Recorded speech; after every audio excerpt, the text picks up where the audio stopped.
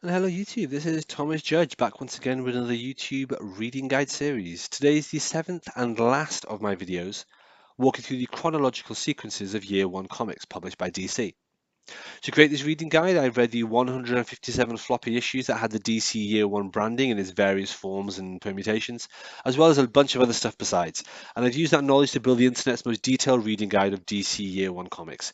Over the last 6 videos, I have talked through 21 different series that contain the Year 1 branding, and we're going to finish up today. Now, to start with, confession time. I normally only ever do videos after I have personally read the actual issues I'm talking about. The reason for that is that so many reading guides out there clearly haven't read the individual issues and are just trying to generate reading guides or provide some content just in terms of getting clicks. I'm not all about that.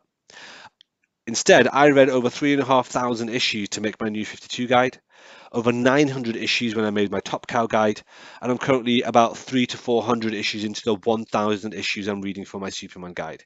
You get the picture. I don't do things by halves, and I don't ever skip an issue. Well, with that confession out of the way, I've got to point out, unfortunately, I haven't read the next two series I'm talking about. I know, controversial. The reason for this is simple. They're both part of DC Rebirth, and I haven't quite got to that part of my DC reading yet, and I didn't want to read these out of sequence. So, whilst I'm happy to discuss them briefly here, I'm not going to offer any thoughts or details on them. So, let's dive into it. The 22nd DC story branded as Year 1 is Wonder Woman Year 1, released in 2016-17, so right at the beginning of DC Rebirth. It's a story published in Wonder Woman with the Rebirth branding on the top, written by Greg Rucka and illustrated by Nicholas Scott. It's worth noting the unusual way this is collected. Now, I don't really understand much about this because I haven't read the Rebirth issues, as I said, but basically with Wonder Woman, there was one story in the even numbered issues and then another story in the odd number issued, but it was actually collected as even numbered issues in one collection and then odd numbered issues in another collection, which is kind of weird. I don't really know why they did that. Maybe it makes more sense when you read it, but we'll see. So this basically is Wonder Woman issue 2, issue 4, issue 6, issue 8, issue 10, issue 12, and issue 14. So it's 7 issues, but it's the first 7 even numbered issues of the Rebirth run. I don't know if it's good. Let me know down below. Onto the second part of my confession, which is Flash Year 1 from 2019, again from the Rebirth era, although actually in this case, this is from the far end of the Rebirth era, just before DC rebooted via Infinite Frontier. It's written by Joshua Williamson and drawn by Howard Porter. Much like Wonder Woman, this is an explicit story arc in an ongoing series. I do know it covers issues 70 to 75, and I do know they each have their own individual subtitle. So issue 70 is called He Will Be the Fastest Man Alive. Issue 71 is called The Flash of Two Timelines.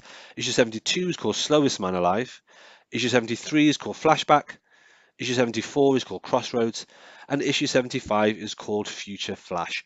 It looks awesome. The artwork looks great. I'm a massive fan of The Flash. I'm really looking forward to this.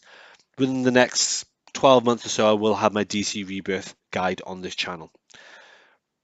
So there we are. Those are the 2 year 1 arcs I haven't read, which takes us up to our final story, which I have read, which is the 24th and final story arc that contains Year 1 branding published by DC. And that is Superman Year 1, published in 2019. Superman Year 1 is a 3-issue limited series published by DC Black Label in 2019. The 3 single issues aren't floppies, they're in fact prestige format singles. It stars Superman, it details his origins. The events in this technically occur on Earth 31, but I mean, I'm not really a massive fan of the numbering system that DC used. It didn't really make much sense. It didn't really hang together. From my point of view, I would say that Superman Year 1 occurs in what Frank Miller calls the Dark Knight universe, and I call the Millerverse. So in other words, this takes place in the same continuity as Dark Knight Returns, Batman Year 1, and so on and so forth. So it's actually a nice way to end out this video series. The first thing we talked about was Batman Year 1 as our very first ever branded Year 1 series, and our last one is Superman Year 1, which is actually part of the same continuity. Again, I may well do a video on the Millerverse at some point as well. So Superman Year 1 has some decent art-ish. The story is a bit of a mess, to be honest. There's no single sort of overarching storyline. Superman is massively OP in this. Like, he's just so overpowerful. There's no element of peril, no feeling that there's any kind of development there. The Poseidon story, which is what this is about, really makes no reference to Aquaman. It's just kind of weird. And the narration just keeps on flip-flopping, like in terms of style and tone. It's just a bit weird. It also has like a really jarring intro of Wonder Woman, a really weird, ridiculous first-time conflict with Batman, and a really silly win over Lex Luthor that kind of segues into Brainiac. But long story short, this arc isn't great. Much like a lot of late era Frank Miller stuff, it's kind of divisive. It's not really for me, but of course, it's well worth checking out if you're doing your own comprehensive Superman year one, or in fact, year one read through. Well, and with that, that takes us to the end of our year one overview. But before we finish, I just need to cover a few final bits and pieces of housekeeping that otherwise cause confusion. I'm going to start with a really common one. We've just talked about year one. Well, that was year one, and we talked about year two, and even year three, and even year 100. The question is, what the hell is zero year? It's a good question. So, Zero Year was a branding used for an event in the DC New 52. Again, I have a huge separate playlist on that if you want it. It's about 16 hours long. Zero Year was released in 2013 and was a flashback into an earlier period in the DC universe of New 52 when all the heroes were just starting out. In that sense, it is an origin branding, or in some cases, a branding of a hero's first foray in their superhero identity. As such, it is a lot like Year One as a concept. If you're interested, it is all available as a standard size hardcover.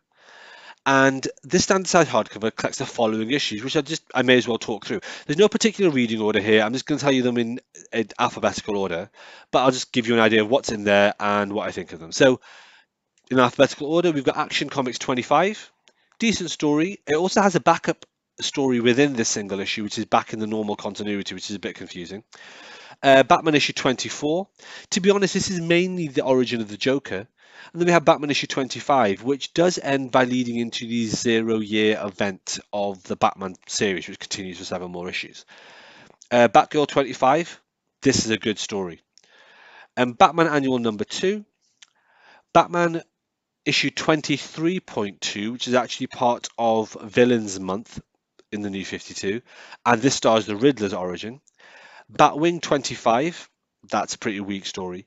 Batwoman 25, that's pretty good. Birds of Prey 25, again a weak story. Catwoman 25 is okay. Detective Comics 25 is a great issue in terms of the idea about the bat signal and how it originated. Flash issue 25 was a great issue about the drug Icarus. Green Arrow 25 was a strong issue about Ollie's return. Also has a backup story of him recruiting Dig, which is pretty cool. Green Lantern Corps 25 is a decent story with some good kind of subtext about politics and things like that. Quite interesting. Nightwing 25. Randomly, this is nothing to do with Nightwing. This is actually the origin of the villain Amygdala, which is strange. And Red Hood and the Outlaws 25, which features Jason meeting Talia al Ghul and the Joker for the first time, with some nice foreshadowing. So again, I thought it was pretty good. Those are the issues that are in 0 year. Again, I have a huge separate playlist on this. With that problem cleared up, let's look at a separate question. What is 1 year later? Easily confused with year one. 1 year later is nothing to do with year one. It is a DC Comics universe-wide event released in 2006. And more accurately, it is universe-wide sub-branding after the Infinite Crisis universe-wide event. If you want to understand these terms, again, I have a video called The Vocabulary of Comics, which explains these kind of terms in this language. So after the Infinite Crisis event, every series in the DC universe leapt forward in chronology by a year's time. All the issues therefore had the branding of 1 year later on them. In addition, to make it even more confusing, the missing year was simultaneously then published as the Series 52, which has nothing to do with the new 52. I know that sounds a little confusing. I am building up a series of videos about all DC events in chronological order from about 1991, which I will be releasing once I've got enough of them under my belt to be confident I've understood them all myself. Until then, all I'm going to say is that the 1 year later branding has nothing to do with year one. Ignore it. Okay, and finally, I thought I'd clear up one last set of things that might confuse people. If you just basically go into Google and start looking for year one comics and stuff like that, here are some things that are going to get you confused. So I'm just going to throw them out here and just flag that they're not something you should worry about.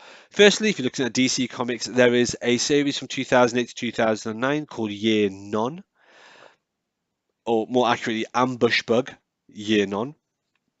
6-issue comic book limited series written by Keith Giffen and illustrated by Keith Giffen. The first issue was published in July 2008. Then they published issues 2, 3, 4, and 5, and then they skipped issue 6 and concluded issue 7.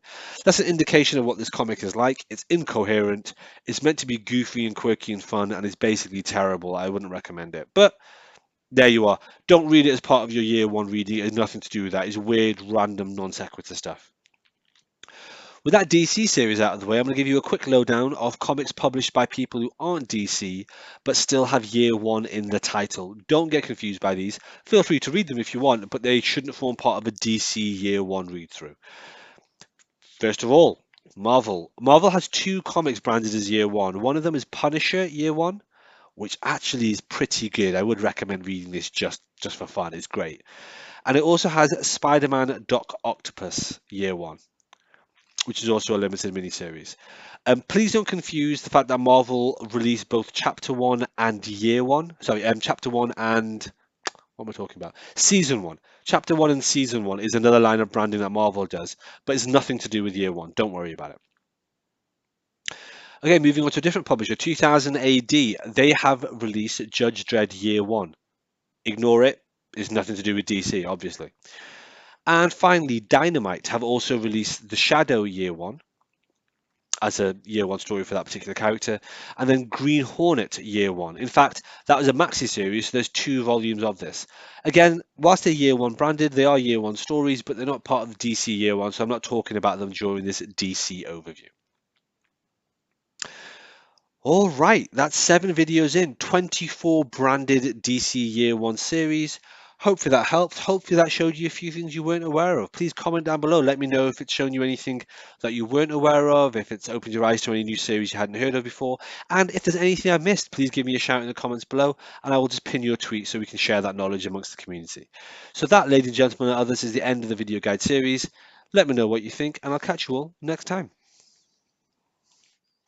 All right, thanks for watching, everybody. As always, please like, comment, subscribe. As always, please follow me on Twitter at I am Thomas Judge, where I will post a daily review of whatever comics I've been reading. You can get an idea of what I'm up to on the channel. And as always, please support the channel by heading over to Amazon.com and checking out my prose novel about superheroes. It's a completely original piece of work. The first episode in it is called Arrivals, and the series as a whole is called No Gods or Kings. You can find an excerpt of that on my website, nogodsorkings.com. Until next time, everybody, stay classy.